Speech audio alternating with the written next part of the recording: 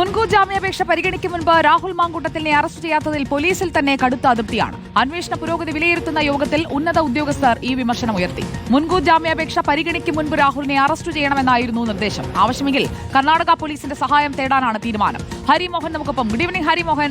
എവിടെയാണ് രാഹുൽ മാങ്കൂട്ടത്തിൽ എന്നത് ഏകദേശം ഒരാഴ്ചയാവുകയാണ്. നാളെ ഒരാഴ്ച തികയുകയാണ്. 27-നാണ് പരാതി വന്നത്. ഇനിയും ഒരു MLA ഇത്രയും മുഖപരിചയമുള്ള കേരളത്തിൽ എവിടെ പോയാലും ആർക്കും മനസ്സിലാക്കാൻ കഴിയുന്ന തരത്തിൽ മാധ്യമങ്ങളിൽ തുടർച്ചയായി വാർത്തകൾ വന്നുകൊണ്ടിരിക്കുന്ന ഒരാളെ പിടികൂടാൻ കഴിയാത്തത് നാണക്കേടെന്നാണോ SIT ഇപ്പോൾ സ്വയം വിലയിരുത്തുന്നത്?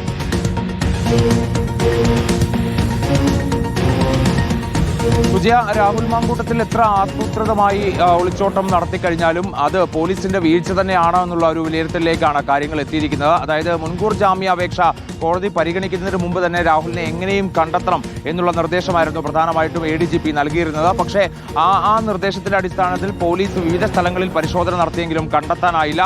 ഇതിൽ കടുത്ത അതൃപ്തി ഉന്നത ഉദ്യോഗസ്ഥർക്കിടയിൽ ഉണ്ട് എന്നുള്ളതാണ് വ്യക്തമാകുന്നത്. എല്ലാ ദിവസവും രാവിലെയും വൈകിട്ടും ഈ അന്വേഷണ പുരോഗതി വിലയിരുത്തുന്നതിന് വേണ്ടി ADGPയുടെ നേതൃത്വത്തിൽ പ്രത്യേക അന്വേഷണ സംഘത്തിലെ ഉന്നത ഉദ്യോഗസ്ഥർ യോഗം ചേരാറുണ്ട്. പക്ഷേ ഇന്നലെ യോഗം ചേർന്ന സമയത്താണ് ഇത്തരത്തിൽ ADGP കടുത്ത വിമർശനം ഉന്നയിച്ചത്. അതായത് രാഹുൽ എവിടെയുണ്ട് എന്നുള്ള പ്രാഥമികമായിട്ടുള്ള ചില സൂചനകൾ, ചില വിവരങ്ങളൊക്കെ തന്നെ പോലീസിന്റെ താഴെത്തട്ടിലേക്ക് ലഭിച്ചിരുന്നു. പക്ഷേ ആ താഴെത്തട്ടിലേക്ക് ലഭിക്കുന്ന ഘട്ടത്തിലൊക്കെ തന്നെ സ്പെഷ്യൽ ബ്രാഞ്ച് ചില സൂചനകളൊക്കെ നൽകുന്നുണ്ടായിരുന്നു. പക്ഷേ പോലീസ് സംഘം അവിടെ എത്തുമ്പോഴേക്കും രാഹുൽ കടന്നു കളയുകയാണ്.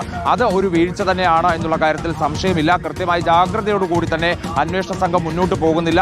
കൂടുതൽ പോലീസുകാരെ ഈ സംഘത്തിലേക്ക് വിനിയോഗിക്കണം എന്നുള്ള കാര്യം നേരത്തെ തന്നെ ADGP പറഞ്ഞിരുന്നു.